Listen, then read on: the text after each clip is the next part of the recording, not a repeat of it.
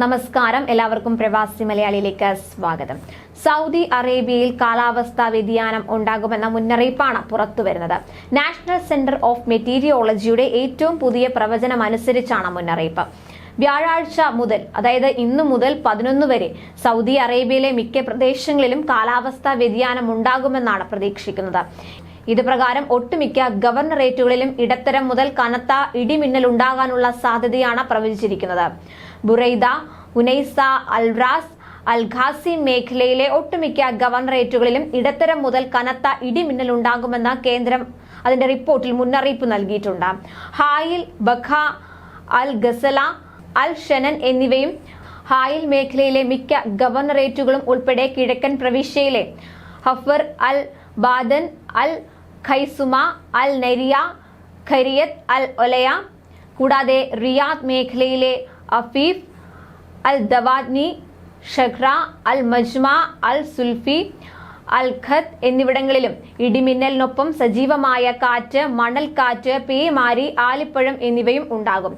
Riyadh നഗരം, ദിരിയ, അൽ Kharj, ദർമ, അൽ ഖുവയ്യ, റമ, അൽ മുസാഹിമിയ, ഹുറൈമില, അൽ Aflaj എന്നിവിടങ്ങളിൽ വെള്ളി, ശനി ദിവസങ്ങളിൽ മണൽക്കാറ്റും ആലിപ്പഴവും നേരിയതോ ഇടത്തരമോ ആയ ഇടിമിന്നലും ഉണ്ടാകുമെന്നും NCM പ്രവചിക്കുന്നു. റിയാദ് മേഖലയിലെ വാദി അൽ ദവാസിറും കിഴക്കൻ പ്രവിശ്യയിലെ Dammam, Al Khobar, Dhahran, Qatif, Jubail, Al Ahsa എന്നിവിടങ്ങളും ഉൾപ്പെടുന്നു.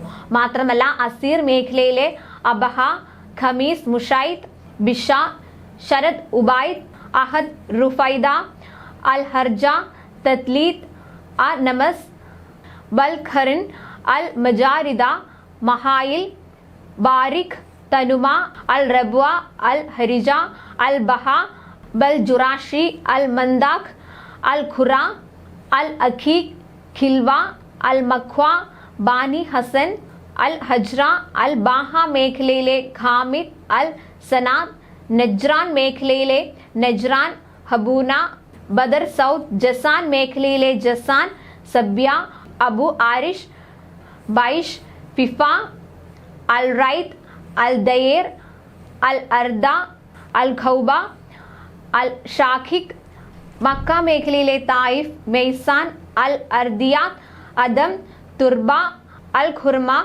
റാനിയ, അൽ മൊവൈഫ് എന്നിവിടങ്ങളിൽ വ്യാഴം മുതൽ ശനി വരെ പൊടിക്കും ആലിപ്പഴ വീഴ്ചയ്ക്കും കാരണമാകുന്ന കാറ്റിനൊപ്പം മിതമായ ഇടിമിന്നലും ഉണ്ടാകുമെന്നും കേന്ദ്രം റിപ്പോർട്ടിൽ സൂചിപ്പിച്ചു.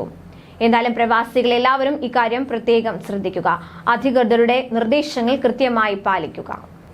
കൂടുതൽ പ്രവാസി വാർത്തകൾക്കായി ഈ ചാനൽ സബ്സ്ക്രൈബ് ചെയ്യുക.